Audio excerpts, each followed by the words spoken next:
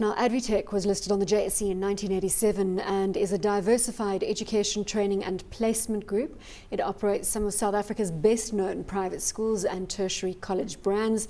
The company has a market cap of 2.8 billion rand, a price-to-earnings ratio of 19 and a dividend yield of 3%. It also has the edge from a longevity perspective over Curro. Been around a long time and maybe got a little bit sleepy with its kind of rollout.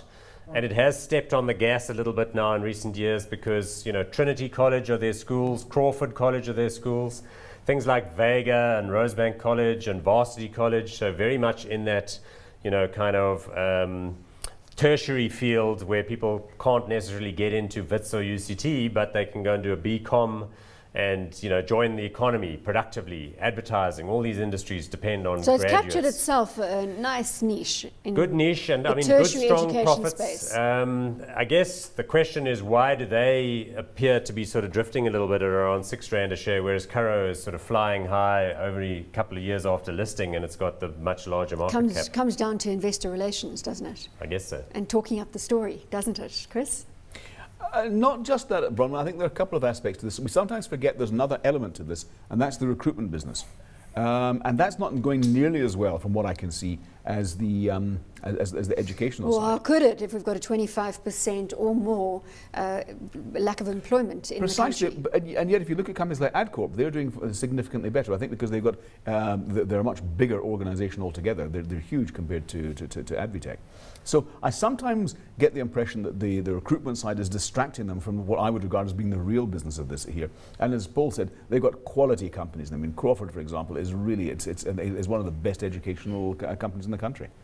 I need to rephrase that. 25% unemployment in the country. I didn't quite get the terminology right there. Look, but the placement people work with the graduates from the colleges, and so they've got a steady supply. I think it's quite a nice niche.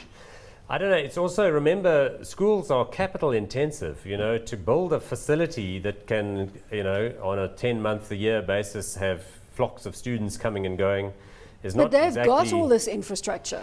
They're not laying down infrastructure what now. The market loves about Curro is the growth story, this idea that it's kind of 26 one year and 40 by the next.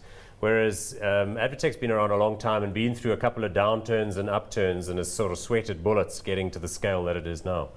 So there's no more upside from a growth. Well, there could be, and I think that's why it's encouraging that they sort of stepped on it. We have owned this stock in the portfolio before, bought it at around 6.15 or so, and so it's moved up a little bit. But I think if it starts to deliver rising sequential earnings, then it'll catch the, and maybe the environment is right again. to light a fire under this one, Chris.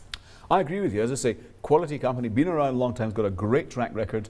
And if you look at the kind of capex they're talking about in the next few years, on infrastructure particularly, I think there's a lot of that coming. So I think these guys actually can do well. I would actually like to see the recruitment side and the educational side split off.